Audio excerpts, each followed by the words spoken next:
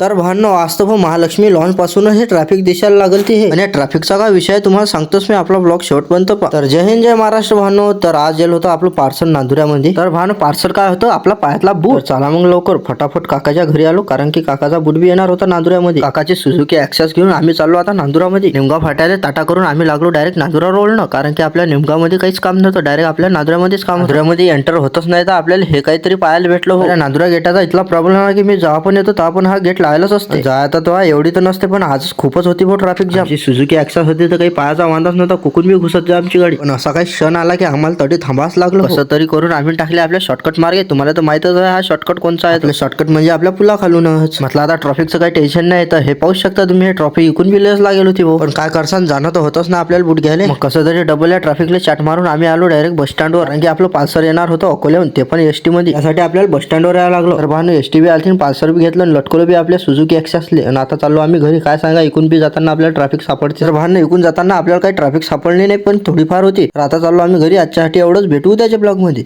जय हिंद जय महाराष्ट्र, करा कष्ट.